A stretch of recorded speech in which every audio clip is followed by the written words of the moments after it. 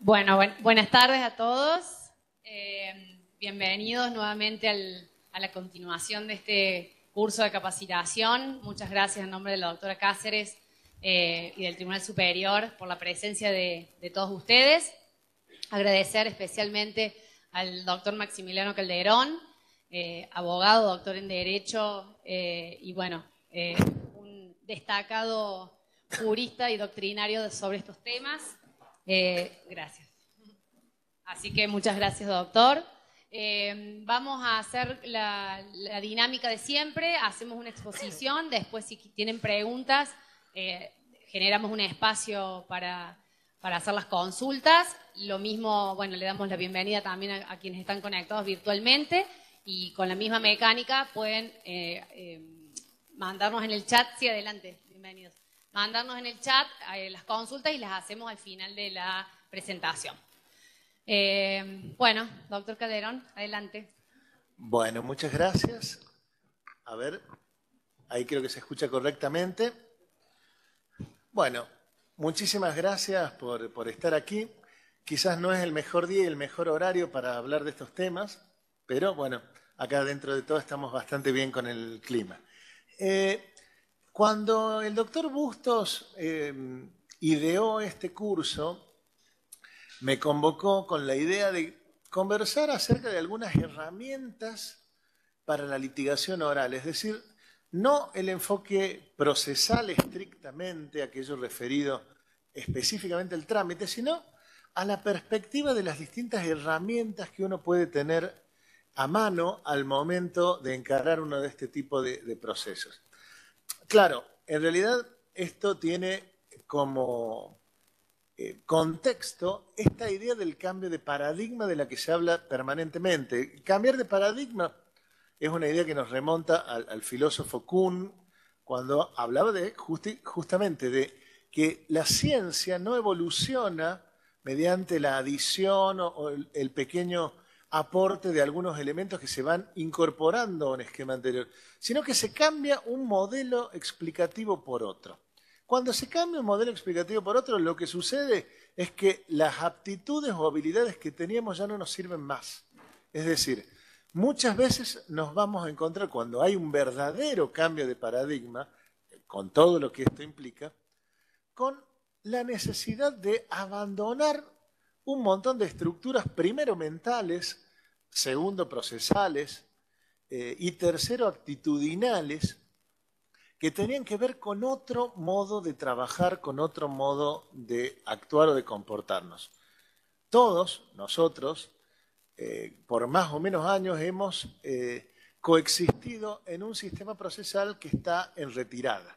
El modelo de procedimiento con el cual nosotros nos formamos, estudiamos en la universidad, comenzamos a ejercer y aprendimos a trabajar y luego trabajamos durante más o menos tiempo, no voy a decir que no existe, pero va camino a, si no a desaparecer, por lo menos a modificarse muy fuertemente. Y en los últimos años hemos tenido simplemente mediación prejudicial obligatoria, expediente electrónico y virajes el procedimiento oral, lo cual indudablemente, más allá de suponer un cambio de reglas de juego, que esto es lo más fácil que uno puede advertir, porque en definitiva alcanza con leer la ley, el protocolo y saber cuáles son las nuevas reglas de juego, implica un cambio de aptitudes, de habilidades y un cambio de herramientas. Entonces, tomando la invitación que me hizo en ese momento el doctor Bustos,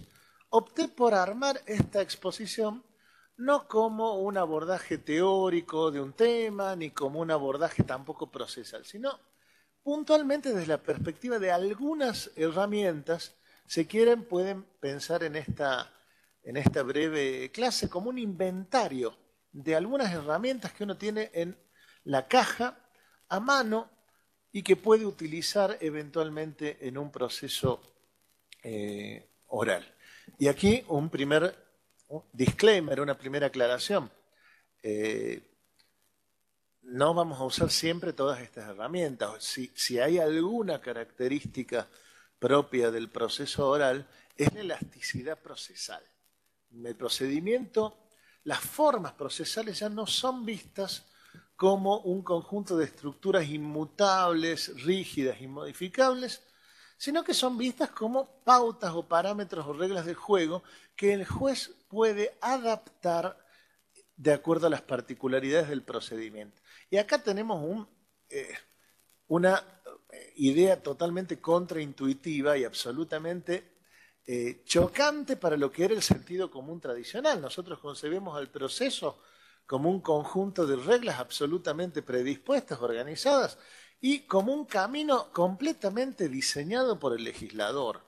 Eso era nuestros procedimientos, el juez.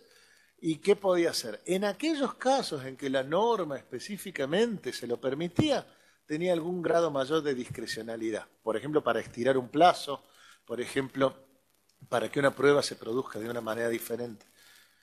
Y luego, cuando había una laguna procesal, sí podía integrarla recurriendo a la aplicación subsidiaria de normas o a la analogía. Eso ya no funciona de esta manera. Ahora el procedimiento es mucho más elástico. La ley le dice al juez, mire, usted tiene una estructura básica que le da el régimen en materia de oralidad, pero en el cual usted tiene que hacer una planificación, tiene que hacer un plan de trabajo.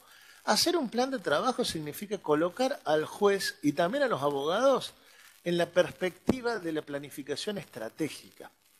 Esto nunca fue pensado de esta manera en términos procesales, porque el procedimiento estaba reglado bajo el principio de legalidad. Los procedimientos son como son y no de otra manera.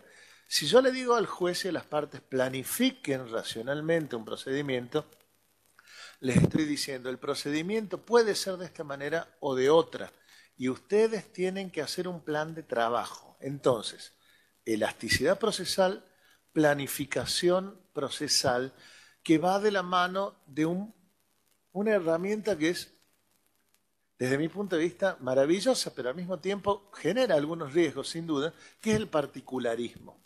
Nosotros venimos hablando del particularismo hace muchos años en el derecho constitucional.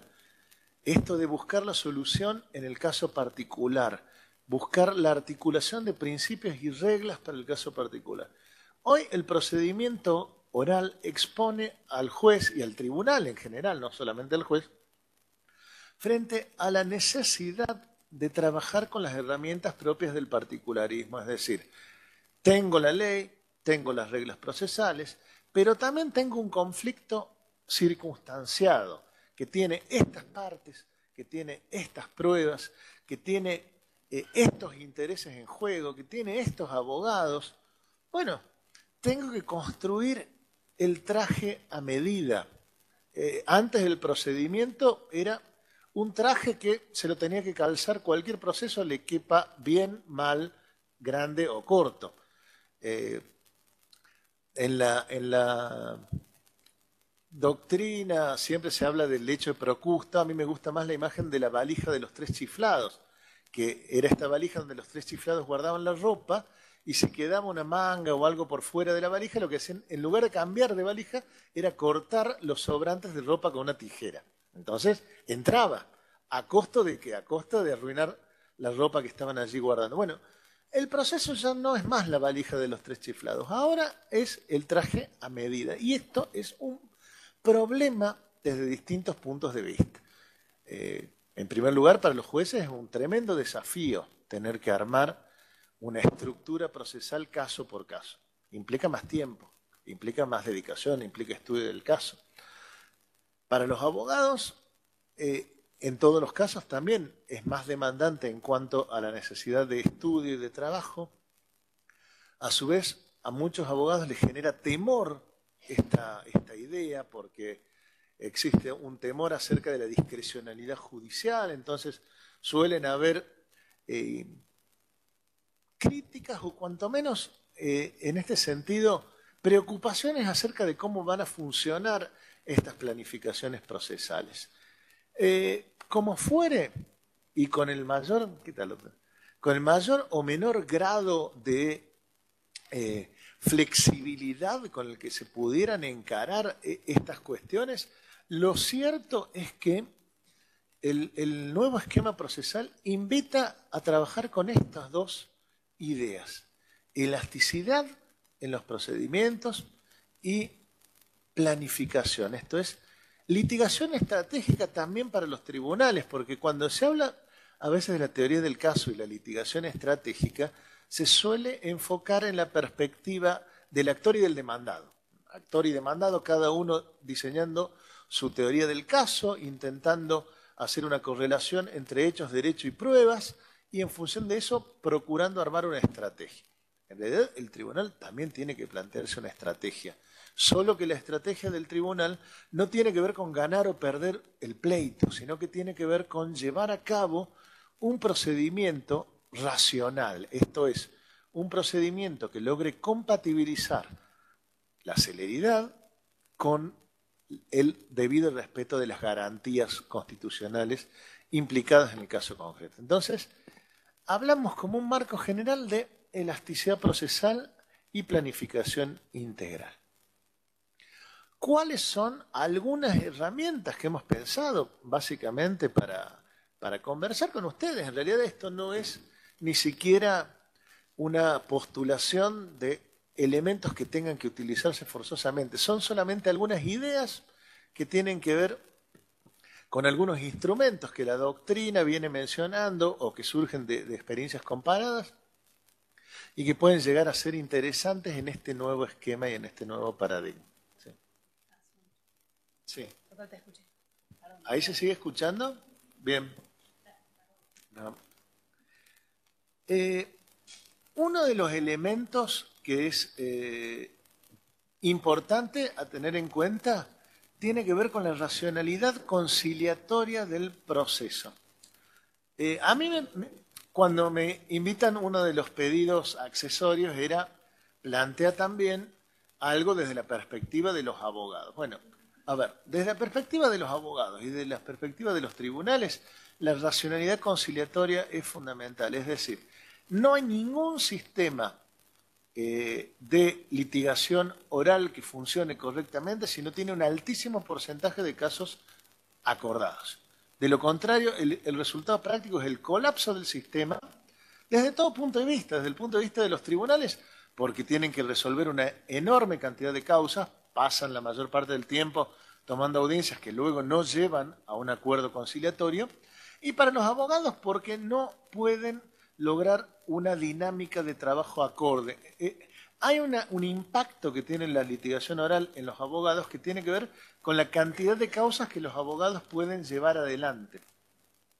Si un abogado lleva juicios escritos, puede llevar 500 juicios, lentamente, de manera trabajosa, de manera casi hasta con diletancia, y no le va a pasar nada. Con mover un expediente una vez al año, por lo menos va a evitar situaciones de responsabilidad profesional.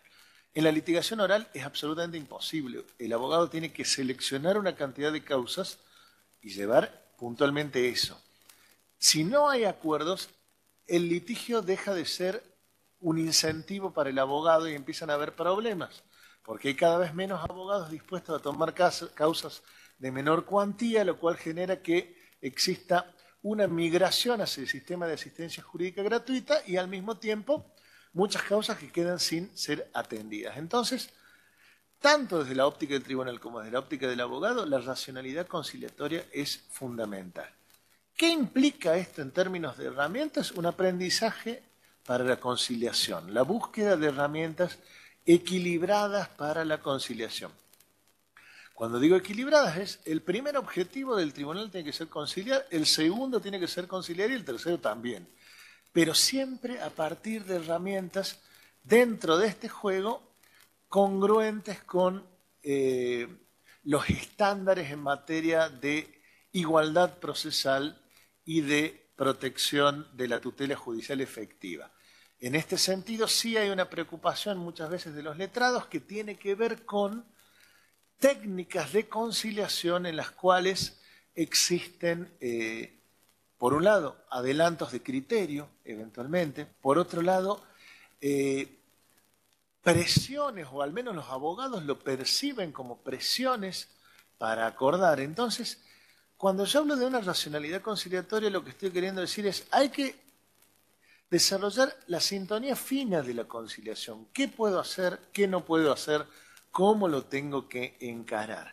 ¿Y de qué herramientas puedo valerme? Una herramienta, por ejemplo, que la tengo anotada como una posibilidad a tener en cuenta que puede hacer sinergia con todas estas herramientas, es la publicidad de los criterios jurisprudenciales. Sistema de litigación oral, abreviación de tiempos, tienen que ir de la mano con la publicidad de los criterios judiciales.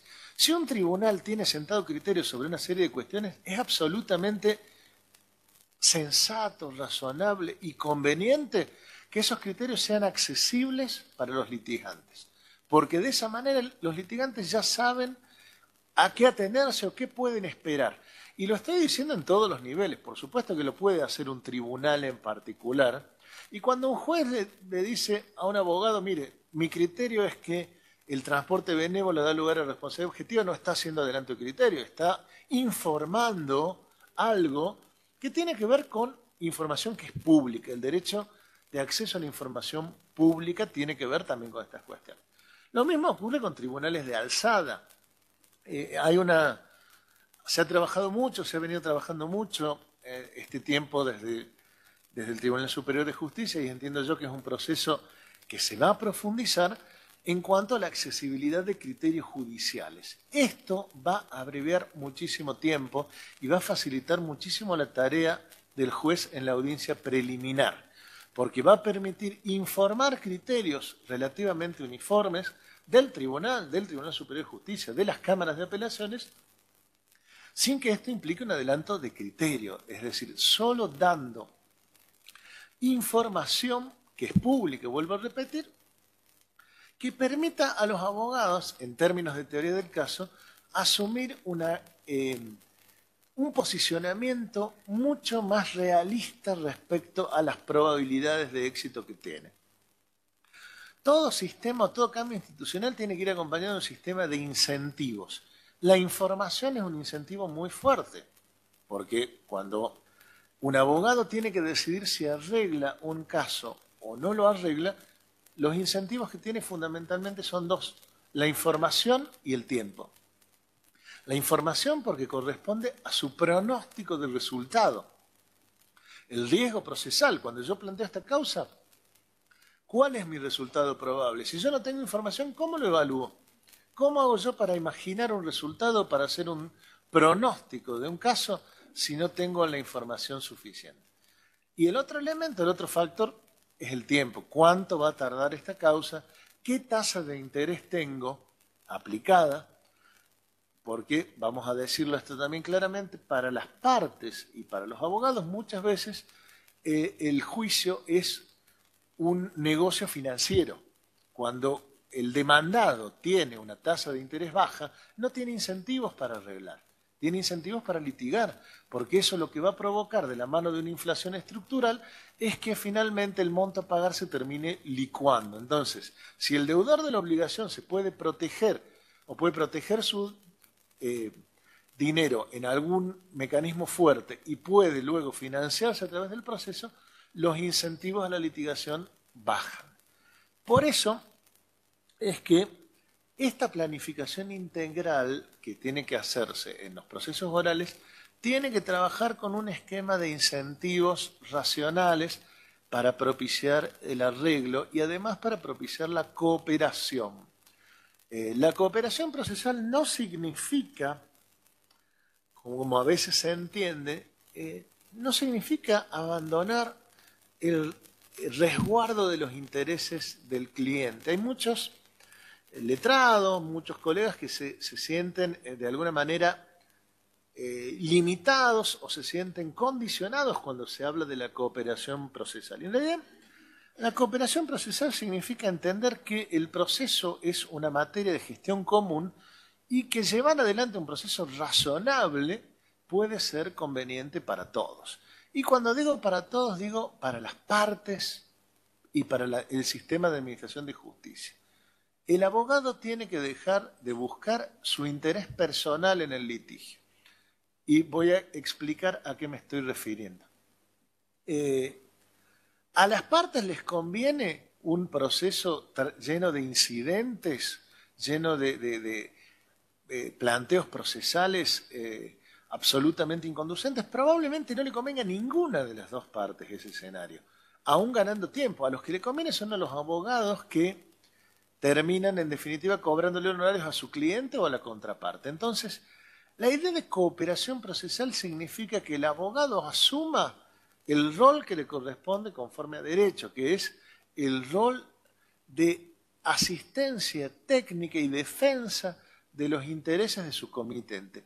El concepto del abogado picapleitero, del abogado chicanero, que de esa manera era considerado mejor abogado, no puede existir más. No puede coexistir ese formato de ejercicio profesional con un sistema de litigación oral. La idea de cooperación entonces consiste en hacer lo que más conviene al cliente, dejando de lado este tipo de consideraciones.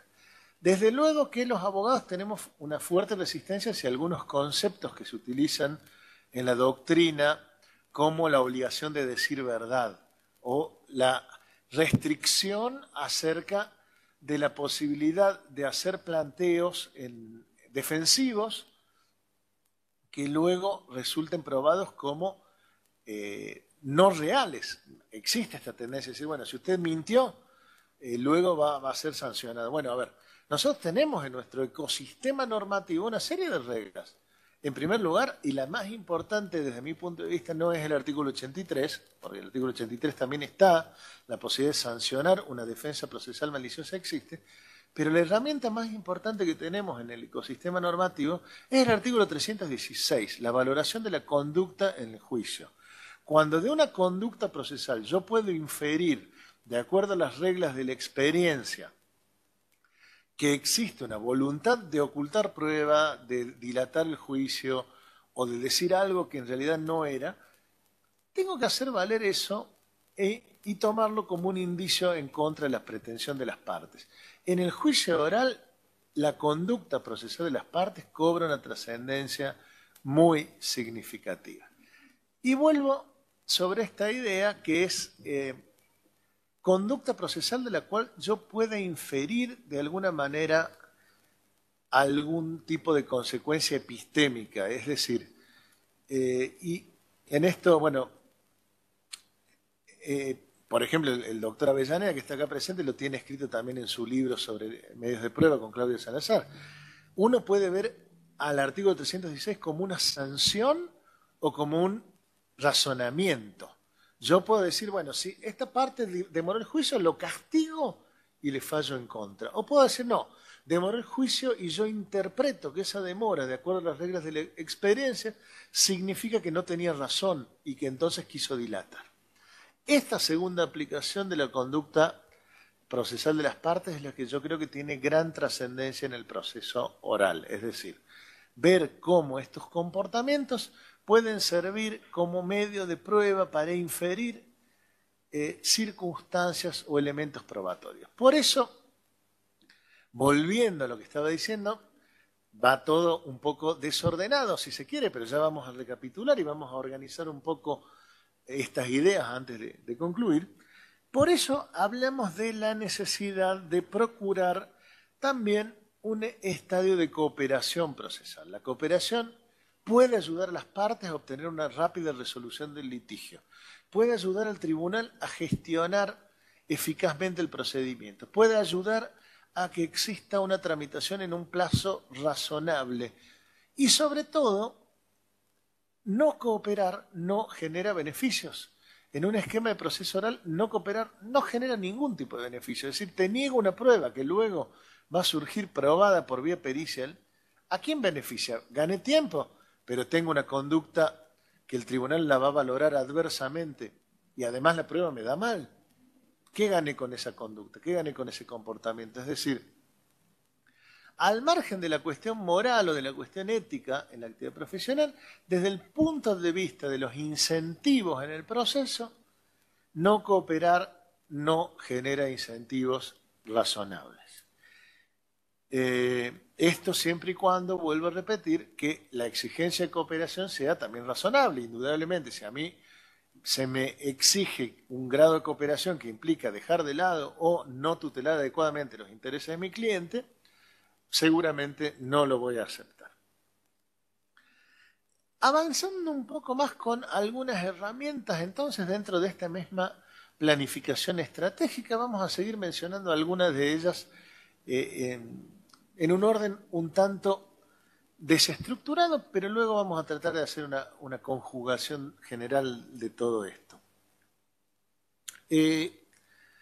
La delimitación de la controversia y la delimitación de la prueba, dos herramientas que están expresamente previstas en el nuevo sistema de tramitación en la litigación oral. Esto implica, y seguramente desde la perspectiva del garantismo y de algunas otras escuelas de pensamiento, esto puede ser de alguna manera cuestionable, pero implica una revisión acerca del principio dispositivo y acerca de la libertad de las partes para el diseño de sus estrategias procesales. Porque en definitiva va a conllevar que el tribunal adopte decisiones para delimitar el objeto procesal y para delimitar la prueba que se va a producir. Es decir, esto ya no queda librado exclusivamente a la voluntad de las partes. Esto se traduce claramente en una modificación en cuanto a los tiempos. Claramente, los tiempos de procedimiento se reducen muy considerablemente. Cuando se hacían algunos estudios estadísticos acerca de las demoras procesales, ahora, en general, los estudios arrojan que la mayor parte de las demoras tienen que ver con la instancia de la traba de la litis, pero históricamente tuvieron que ver con la etapa de prueba, porque las partes, por una actitud dilatoria, o por negligencia, o por falta de estudio del caso, por el motivo que fuere, ofrecían pruebas de cuestiones que no tenían ninguna relación directa con el proceso. Prueba de abono, prueba circunstancial, prueba que apuntaba a acreditar las calidades particulares del sujeto y no el hecho, es decir, prueba de autor y no de hecho. Cuando se delimita claramente el objeto procesal y se delimita consecuentemente la prueba, existe una probabilidad mucho mayor de llevar adelante una instancia racional dentro de la gestión procesal. ¿Y esto qué implica? No ser condescendiente con las partes y tampoco, ni por exceso ni por defecto, tampoco invadir la verdad de la controversia. Es decir, en cada proceso existe un núcleo duro que está dado por la controversia y ahí es donde el juez debe identificar, el juez o el instructor o quien sea que esté estudiando la causa, tiene que identificar las pretensiones. Acá hay un conflicto de pretensiones, entonces allí donde haya una pretensión y una oposición, que no deja de ser una pretensión también, solo que desde el punto de vista defensivo, donde hayan pretensiones contradictorias, es donde se van a delimitar los hechos contradictorios. No sirve que el juez habilite ampliamente contienda sobre cuestiones que no son necesarias o prueba que es innecesaria, pero tampoco sirve que el juez excluya cuestiones que realmente son controvertidas y traslade el problema de la producción probatoria a la Cámara. Esto tampoco sirve, es decir, empezar por una cuestión de mera practicidad, excluir el tratamiento de ciertas cuestiones y hacer que colapsen las cámaras con producción probatoria en la alzada no es, desde luego, la solución. Porque uno de los problemas del proceso oral que tenemos, al menos en la situación actualmente existente del juicio oral, es que lo que funciona muy bien es la primera instancia del proceso. Luego la apelación no funciona tan bien y luego la ejecución de sentencia no funciona bien. Son instancias en las cuales se ha invertido el tiempo que llevaban estas etapas del juicio, entonces es necesario tener algún tipo, en ese sentido, de rigor para tratar de no dejar fuera cuestiones que luego van a implicar una sobrecarga en la alzada. Otra herramienta que no escuché la conferencia del doctor Bustos, pero probablemente lo haya mencionado porque es un tema que a Carlos le interesa muchísimo, tiene que ver con los pactos procesales.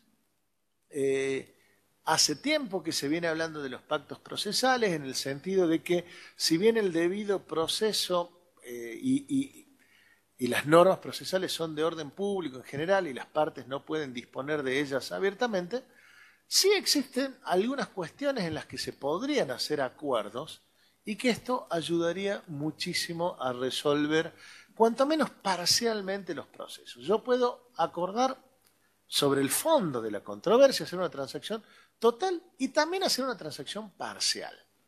Cuando hay un allanamiento parcial, cuando hay un acuerdo parcial sobre algún punto, yo puedo circunscribir la contienda a lo mínimo posible. Lo cual implica abandonar las ideas maximalistas. Esto es, o arreglo todo o no arreglo nada. Estas ideas maximalistas lo que generan es desgaste, la necesidad de tener que probar cuestiones que podrían estar consensuadas, demoras, etc. Desde este punto de vista, los pactos procesales, que tienen que ver principalmente con el fondo de la cuestión y con algunas cuestiones, por ejemplo, relativas a plazos, relativas a pruebas, relativas al valor que incluso las partes le pueden asignar a una prueba, porque está bien, la valoración probatoria le corresponde al tribunal, pero si las partes pueden, fuera de un juicio o inclusive en un juicio, hacer un compromiso arbitral, ¿por qué no podrían acordarle valor dirimente, por ejemplo, a una pericia? Yo personalmente, tal vez por un sesgo derivado de mi condición de profesor de contratos, pero creo que en todo aquello que no sea efectivamente materia de orden público indisponible, los pactos procesales pueden funcionar muy bien. De la mano de la autonomía de la voluntad procesal están también las reuniones preparatorias o conferencias procesales, que tiene que ver con la posibilidad de trabajar para las audiencias generales. En esto los mediadores nos llevan muchísima ventaja. Los mediadores siempre entendieron que muchas veces para lograr algún tipo de arreglo de entendimiento es necesario hablar con las partes separadamente. En los juicios siempre se entendió que eso era, de algún modo, una irregularidad. Yo hablé con los abogados de una parte, entonces es irregular. Bueno, hasta inclusive el código, el régimen de faltas para abogados considera que es una infracción hablar habitualmente con los tribunales dando explicación de los casos. Porque era un concepto en el cual hablar con el juez era hacer tráfico de influencias, era hacer lobby y no preparar una posible litigación racional del proceso. Por eso, lo necesario es salir de la informalidad con estas cuestiones y darles el alcance que tienen que tener. Es decir, reuniones de trabajo, reuniones preparatorias, que pueden en algunos casos hacerse con todas las partes, con alguno de los polos, cuando hay pluralidad de partes, con peritos. Hay casos donde hay varios peritos. Bueno, pueden hacerse personalmente, por teléfono, por videollamada. Todo esto no está regulado en el Código de Procedimiento, pero tampoco está prohibido y podría ser una herramienta a utilizarse. Otra cuestión que puede ser interesante o compatible dentro del casillero de las herramientas tiene que ver con la instrucción precautelar. Nosotros estamos absolutamente acostumbrados a la idea de que las medidas cautelares se despachan inaudita parte y estamos pensando en que frente a la existencia de sustanciación, la otra parte va a salir corriendo a enajenar sus bienes. Eso no es lo que sucede habitualmente. Y al no hacer instrucción precautelar en ningún caso, nosotros nos encontramos, en algunos casos, frente a medidas cautelares útiles, pero en otros casos, la figura cautelar ha cambiado, ha mutado tremendamente. Hoy tenemos cautelares innominadas, tenemos sentencias anticipatorias, tenemos medidas autosatisfactivas. Y se está empezando a plantear en la posibilidad, primero, de producción de prueba para acreditar la verosimilitud de manera precautelar. Segundo, la posibilidad de instar algún tipo de negociación precautelar, de decir, bueno, a ver, antes de tener que clavar una cautelar para que después venga un incidente de sustitución y levantamiento, evaluar la posibilidad de resolverlo esto también en un marco conciliatorio. ¿Por qué la conciliación serviría o sería una herramienta útil para lo sustancial y no para lo cautelar? ¿Por qué no podría servir para que las partes busquen un punto de equilibrio en el cual la cautelar garantice el derecho protegido sin al mismo tiempo implicar un abuso del derecho, sin implicar un mecanismo de presión.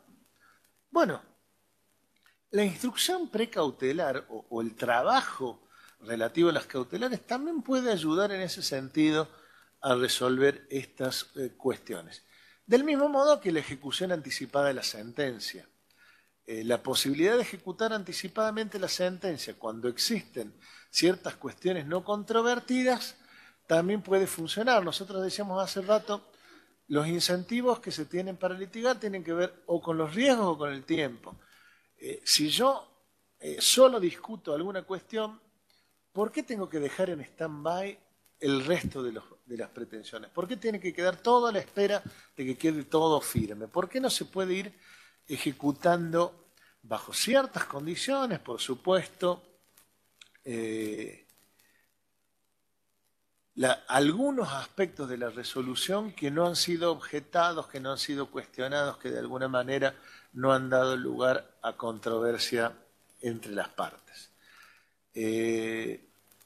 Otra cuestión que me parece interesante mencionar tiene que ver con la utilización de elementos para lograr un litigio basado en la evidencia. Este es un concepto que viene de la medicina basada en la evidencia. ¿Qué quiere decir esto? Pasar del esquema intuitivo en el cual se hacían las cosas porque se creía intuitivamente que uno sabía cómo hacerlo, o de un esquema técnico sin un soporte diferente, a un esquema más reglamentado en función no de leyes o de normas, sino de evidencias empíricas. Acá hay todo un trabajo que se está haciendo a través del Tribunal Superior de Justicia que tiene que ver con la estadística.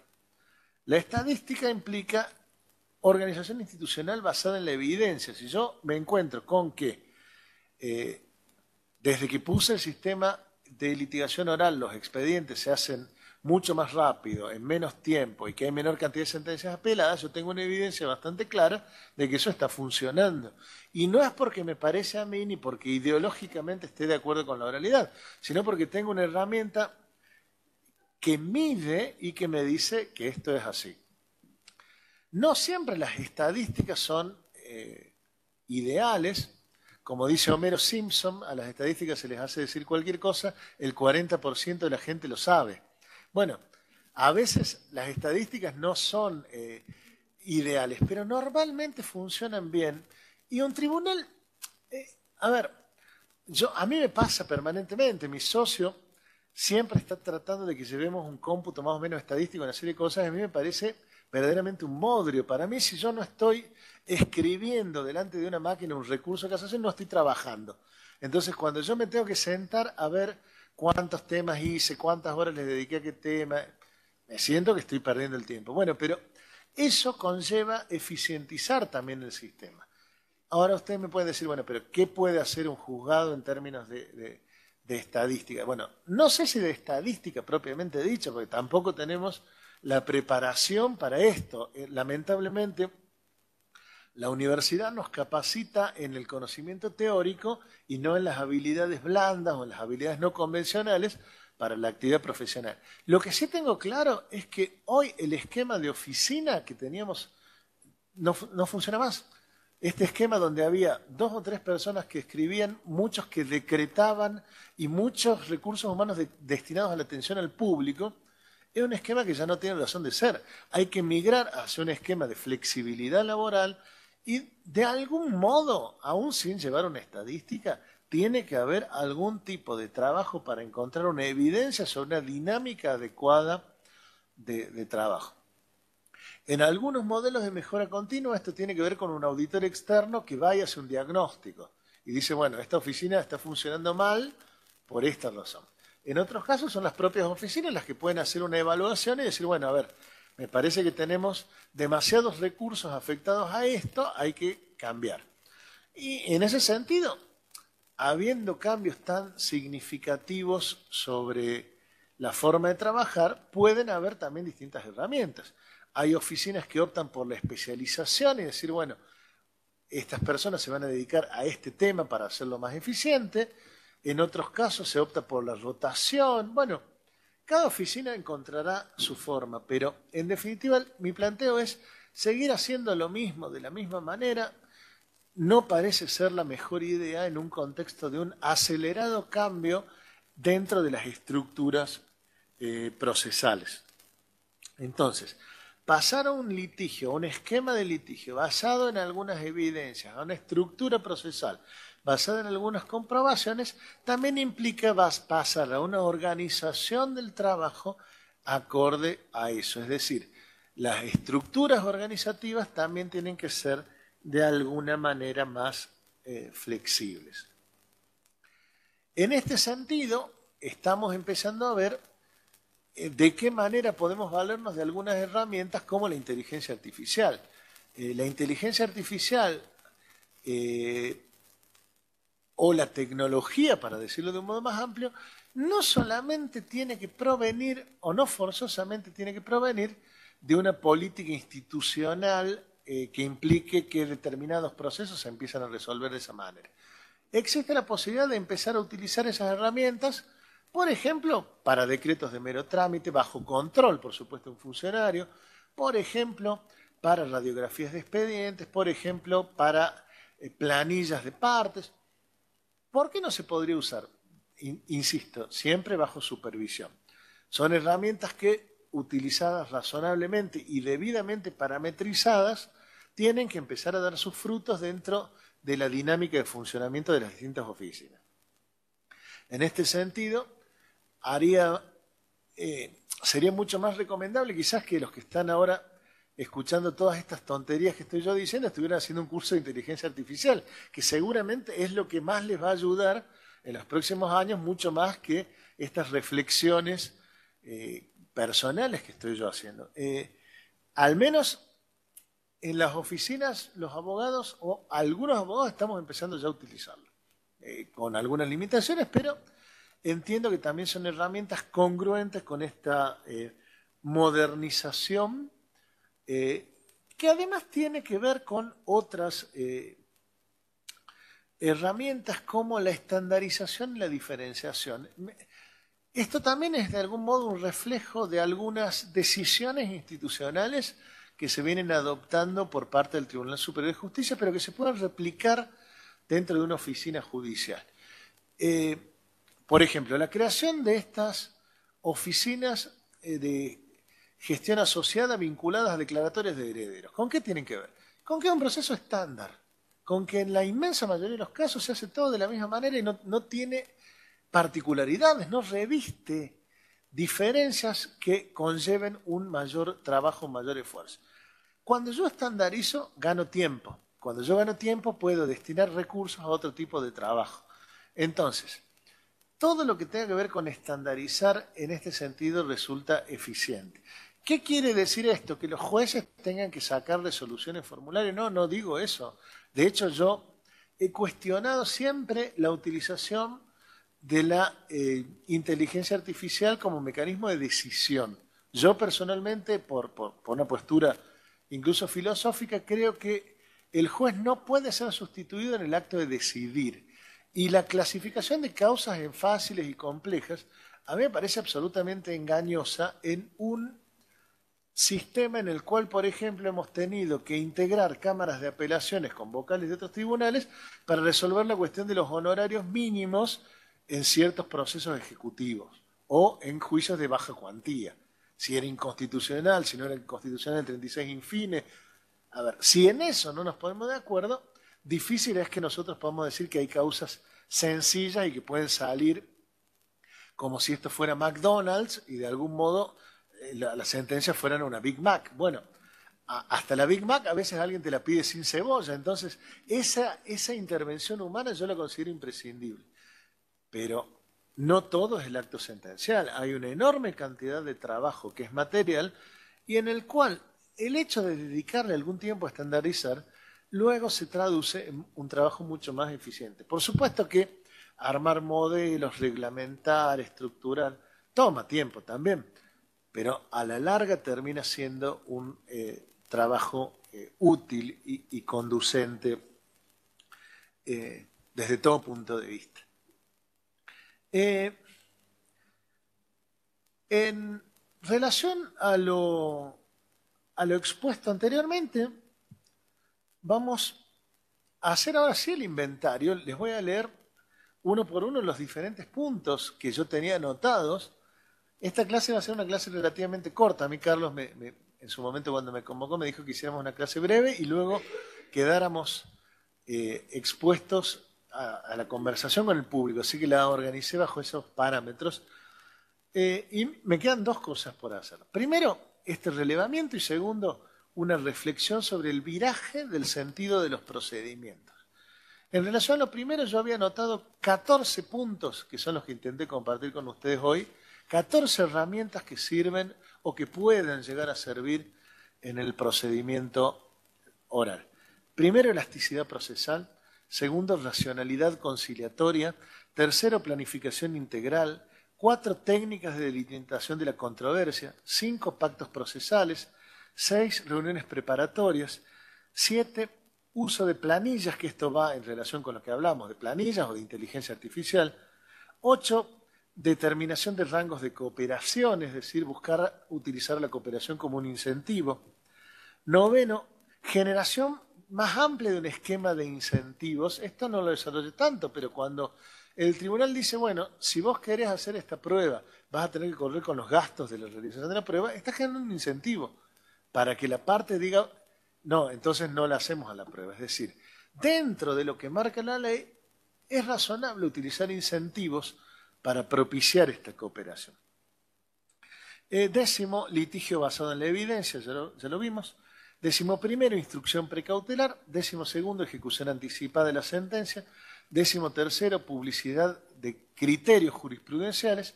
Y 14º, estandarización y diferencia dentro de los diferentes trámites judiciales.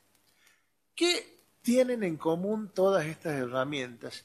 Que están impregnadas de un concepto que viene de la mano de la constitucionalización del derecho procesal. Se habló muchísimo de la constitucionalización del derecho privado. Es un tema que se viene exponiendo hace un tiempo ya con el auge del neoconstitucionalismo y con la necesidad de impregnar todo el sistema de derecho privado de principios constitucionales.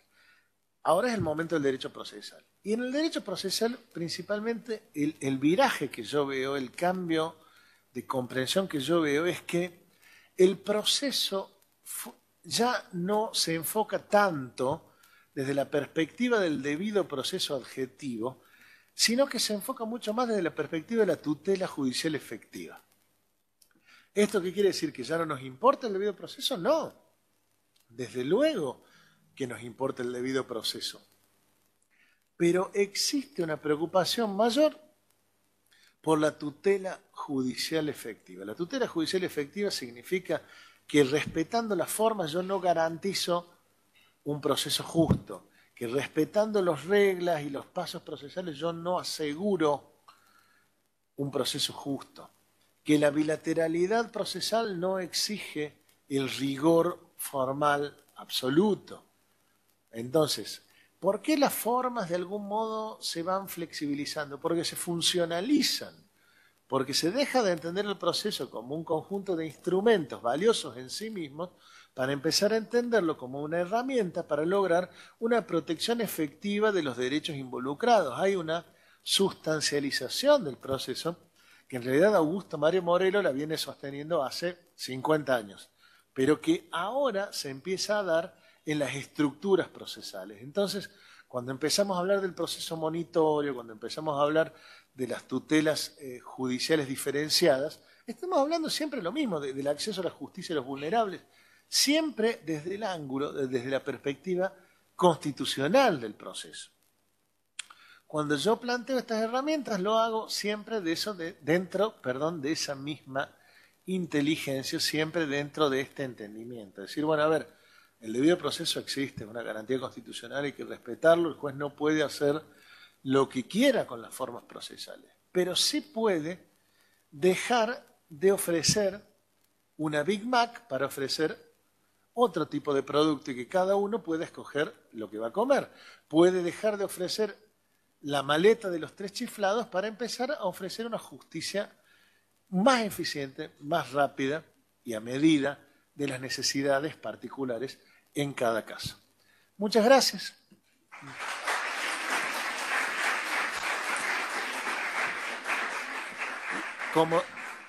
Como les dije, era una disertación relativamente breve, la tenía calculada más o menos para 45 minutos, estuvimos dentro de ese rango. Quedo a disposición para los comentarios o opiniones que tengan.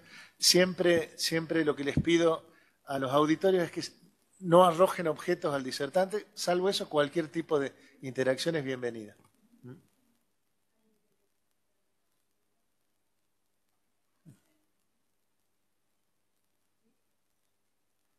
Sí.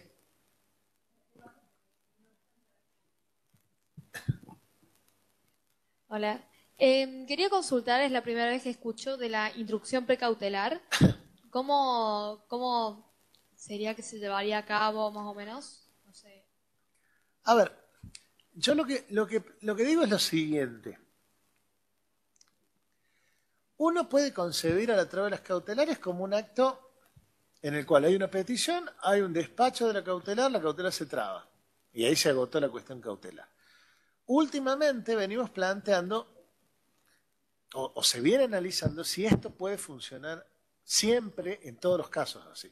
En un embargo preventivo, bueno, seguramente sí. Ahora, se agota la cuestión cautelar allí y yo tengo necesariamente que acudir luego a un incidente de levantamiento de morigeración. Otra pregunta, ¿el juez está obligado a despachar la cautelar tal como fue solicitada o puede modificar de algún modo ese despacho cautelar? Y otra tercera pregunta, ¿siempre en todos los casos es razonable despachar una cautelar sin audiencia la contraria o existen algunas situaciones en las que es posible procurar algún tipo de conciliación para que se pueda despachar una cautelar que no provoque daños, también a tener el principio preventivo del daño, y que al mismo tiempo sea una garantía eficiente para el acreedor? ¿Hay instrucción precautelar? En algunos casos existe de la manera más clásica y más ineficiente posible, que es el traslado.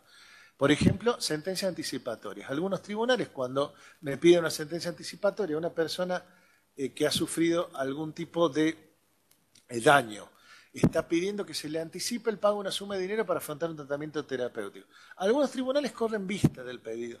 ¿Por qué? Porque entienden que por la gravedad que tiene, es razonable escuchar a la otra parte.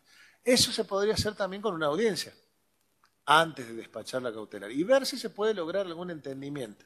¿Se ha logrado? Sí, yo personalmente lo he logrado en la justicia federal a través de audiencias previas al despacho de la cautelar, haber logrado algún entendimiento sobre qué cautelar despachar. ¿Por qué? Porque el tribunal le va a decir a una parte, alguna cautelar va a haber, porque yo no puedo obligar al actor a que litigue sin cautelar, pero le puedo decir también al actor, no la que me estás pidiendo, espera, porque, a ver, ¿por qué tengo que librar esa cautelar? Veamos, evaluemos, ponderemos. ¿Está prohibido? No. Una audiencia del 58.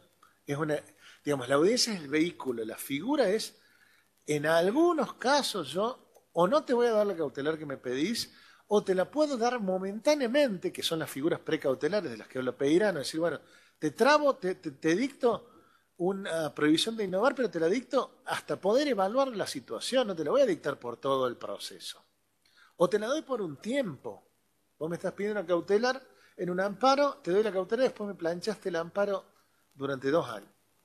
Y bueno, a ver, ¿cuál es el concepto entonces de esta instrucción? Decir, bueno, o te digo, mira, no te puedo dar todavía la cautelar porque no me convenciste. ¿Te la rechazo directamente? O te digo, mira, aportame pruebas sobre esto antes de que te la dé. Despacho saneador en la medida cautelar. Son todas ideas que tienen que ver con la posibilidad de mirar con más flexibilidad a algunas instituciones para que funcionen mejor y que tienen que ver con romper un poco con la estructura de que siempre la cautelar funciona así, se acredita incontinenti todos los requisitos de la cautelar, se despacha o no se despacha, y si se despachó, que la otra parte me mete un incidente de sustitución. ¿Eso es eficiente? ¿Siempre es eficiente? Me parece que no. Me parece que en algunos casos es mejor trabajarlo desde otro ángulo. Tiene que ver un poco con esto la idea. Hola. Los que están conectados virtualmente hacen 3 preguntas. María Carolina García pregunta, ¿cree que sería necesario generar incentivos desde la regulación de honorarios por las labores conciliatorias? Me encanta la idea, yo que soy abogado litigante me parece fantástico. No, a ver, la idea de generación de incentivos viene del análisis económico del derecho. El análisis económico del derecho te dice que si vos no generás incentivos, va a ser difícil que logres algún tipo de acuerdo. El incentivo, nosotros tenemos un fortísimo incentivo regulatorio a la transacción, que es que cuando hay transacción, los honorarios se regulan no en función de las etapas cumplidas, sino en función del valor económico del proceso. Entonces, ahí ya tenemos un fuerte incentivo. Y creo también que hay posibilidad de acudir a esto como incentivos en algunos casos para procurar la transacción. Acá hay, por ejemplo, el juez Falco comentaba en ocasión del encuentro de oralidad que él utiliza esa herramienta. En otros casos están el fraccionamiento de costas, que tiene que ver cuando yo impongo las costas a una parte, pero lo fracciono y le digo, a ver, esta parte de las costas fueron innecesarias, te las cargo a vos, porque me hiciste diligenciar prueba innecesaria, aunque después hayas ganado el pleito. Eso, ¿nuestro código lo permite o no lo permite? Es dudoso, pero por lo menos sí me permite una exención parcial de costas, pero en el sentido, por ejemplo, el actor pierde el juicio, pero el demandado hace diligenciar una prueba pericial que era inútil. Y le dijimos, es inútil, no lo haga, lo hizo igual. Bueno, a ver, podría el tribunal decir, bueno, eximo por esa parte, por lo menos, porque esto son incentivos, son técnicas para decir, bueno, no litigue innecesariamente. También los honorarios eventualmente pueden llegar a funcionar. Bien, gracias. Marcatini de Bulacio Andrea pregunta, ¿se puede hacer una pregunta ampliatoria al perito contador a los fines de llegar a la verdad jurídica objetiva en la audiencia complementaria siempre que estén presentes todas las partes? A mí me parece que sí. A ver, de nuevo acá empezamos con las discusiones. Yo no vengo a pesar de que últimamente me estoy dedicando mucho al derecho procesal, no vengo del palo del derecho procesal, pero conozco las discusiones entre garantistas y activistas respecto a las facultades del tribunal en relación a la producción de la prueba. Ahora, yo creo que el tribunal, en primer lugar, tiene elementos para llegar a la verdad jurídica objetiva, y si la ley le permite pedir medidas para mejor proveer, a fortiori le permite hacer preguntas ampliatorias. El juez no está obligado en ningún caso a fallar en función, en una situación en la que tiene dudas, cuando además tiene la herramienta a mano para poder hacerlo con absoluta facilidad. Y si no, no tendría sentido la presencia de los peritos en la audiencia complementaria. ¿Para qué los llevo si no al perito? Si no es para tener la posibilidad de que el perito me amplíe, me aclare, me especifique. Para que me reconozca la autenticidad de la pericia, no. Es para justamente poder interactuar con él, que me aclare lo que no entendí y que me amplíe lo que eventualmente se puede llegar a ampliar. Y de hecho en algunos casos creo que funciona muy bien. Dicho sea de paso, aún hay tendencias en el Tribunal Superior de Justicia que recientemente ha dicho que el tribunal que tiene realmente una situación o un escenario de duda, no solo que puede, sino que debería acudir a una medida para mejor proveer. Es decir, que la tendencia, entiendo yo, tiene que ver con esto, tiene que ver con esta posibilidad. Bien, gracias. Damián Pertile pregunta, ¿cómo se puede adaptar el paradigma oral civil, proceso de audiencias, a la etapa de ejecución de sentencia para así garantizar la tutela judicial efectiva? Bueno, ese es el tema que se está estudiando mucho ahora con respecto a la ejecución de sentencia, porque, como les decía hace un rato, la ejecución de sentencia termina siendo en los procesos orales más larga que finalmente la etapa declarativa últimamente. Yo creo que de nuevo el proceso oral tiene que servir como una herramienta para buscar ejecuciones de sentencia conciliadas o acordadas. Es decir, la conciliación no se agota en la etapa de juicio, sino que puede proseguir luego en la etapa de la ejecución de sentencia. Hay muchos juicios en el cual la intervención conciliatoria en esa instancia podría funcionar bien.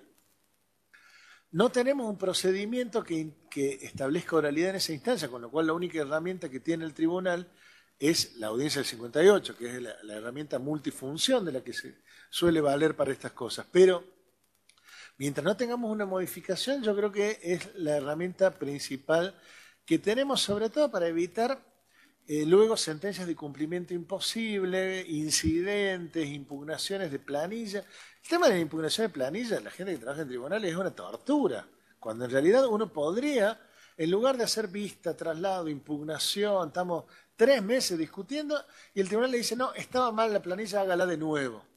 Va a decir, bueno, a ver, ¿cuánto esto se podría resolver o facilitar o abreviar si uno tuviera un mecanismo diferente en el cual, por ejemplo, en una audiencia las partes van cada una con su planilla, se discute qué es lo que está bien, qué es lo que está mal y se termina el tema? Bueno, son herramientas que se podrían llegar a utilizar para abreviar ese tipo de trabajo. El caso es de los intereses, hasta cuándo corren, del caso talleres, todo eso, deben haber no sé qué cantidad de causas discutiendo todos lo mismo.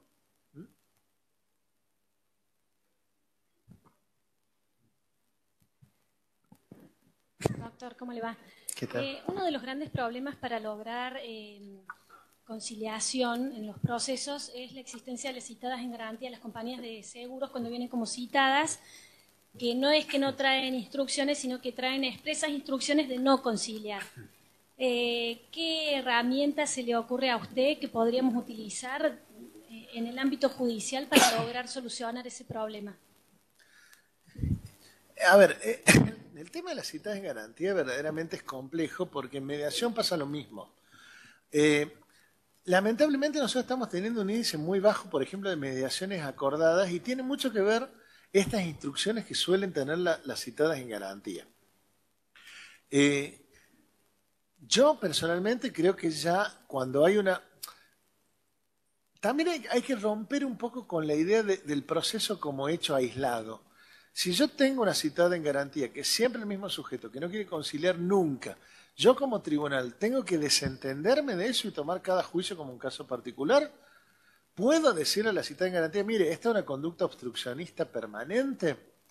¿Hasta dónde llega mi facultad? Yo creo que hay que empezar a pensarlo. A ver, seguramente algún abogado de citas en garantía me diría que plantear este tipo de cuestiones como decirle, mira, esta es una conducta permanente, yo tengo que presumir o inferir de que hay una falta de voluntad de cooperación y de ahí extraer alguna conclusión como costas más altas, sanciones procesales, aplicación de indicios en el proceso. Seguramente los abogados de la aseguradora van a decir yo estoy en mi derecho de comportarme así. Pero cuando es una conducta permanente que implica una falta de colaboración estructural con todo el sistema de conciliación, yo me pregunto si uno no puede empezar a pensar en esa estrategia. Por de pronto, la que yo creo que sí puede funcionar es la de la conducta de las partes, la del 316, eso claramente. Luego hay algunos magistrados que están planteando estas otras ideas, de decir, bueno, no quisiste conciliar, le regulo el máximo al abogado de la contraria o te impongo algún tipo de costas más gravosas, lo que fuere. Eso hay que verlo. Pero yo ahí tengo, a ver, yo ahí siempre estuve, lo que pasa es que ahí está un clásico fallo del Tribunal Superior de Justicia donde decía que no se les puede embargar, con el que yo discrepo, porque este fallo decía, bueno, hasta el momento en que no está la condena no es deudor. Bueno, pero en realidad nadie es deudor declarado tal hasta que no está la condena. En definitiva, todo tiene que ver con la verosimilitud del derecho. Yo creo que se les puede trabar un embargo. Pero bueno, hasta donde yo sé, la jurisprudencia del Tribunal Superior no ha cambiado en ese punto que no te dejan embargarlo. Ahora, si me pregunta a mí, yo por supuesto que lo aceptaría. No, por favor. El doctor Carlos Viramonte pregunta, teniendo en cuenta la delimitación del objeto litigioso y la teoría del caso en el proceso oral, ¿considera que sigue vigente la doctrina casatoria que permite declarar de oficio que media un eximente en un caso de responsabilidad civil cuando ello no integra el objeto de litigio? El caso Bárcena, claro. A ver, yo sigo pensando que vos lo que no podés hacer, digamos, la postura descalzadona era, desde mi punto de vista, muy problemática porque todo depende desde qué punto de vista vos lo veas al tema. Si vos lo ves desde la óptica de que para que haya responsabilidad civil tiene que haber nexo causal y vos lo ves que está roto el nexo causal, ¿cómo vas a condenar? Ahora, Yo creo que, a lo que apunta, o tal vez puede tener que ver con esto, lo que pregunta el amigo Carlos, tiene que ver con la cuestión de qué puede hacer el tribunal como facultades propias para determinar la verdad jurídica objetiva y cómo después venir a decir, bueno, esto se probó, esto no se probó. En definitiva, cuanto más ejerce el tribunal sus facultades autónomas en materia probatoria, menos casos se deberían resolver bajo el prisma de la carga de la prueba, porque en definitiva la mayor parte de los casos se deberían resolver bajo un grado altísimo de probabilidad acerca de lo que realmente ocurrió en los hechos. Porque yo ahí ya no me quedé con una visión formal de la carga de la prueba, sino que directamente lo probé. Entonces, en la medida que yo ejerza estas facultades y las cosas surjan probadas, van a ser menos estos casos. Pero en definitiva, yo creo que si se llega a dar una situación de este tipo, donde se acreditó una eximente, aunque no hubiera sido alegada, bueno, la eximente no es una pretensión defensiva, es un argumento defensivo que tiene que ver con la no configuración de un presupuesto de responsabilidad civil que es el nexo causal. Por ende, no puedo hacer lugar a la demanda, me parece.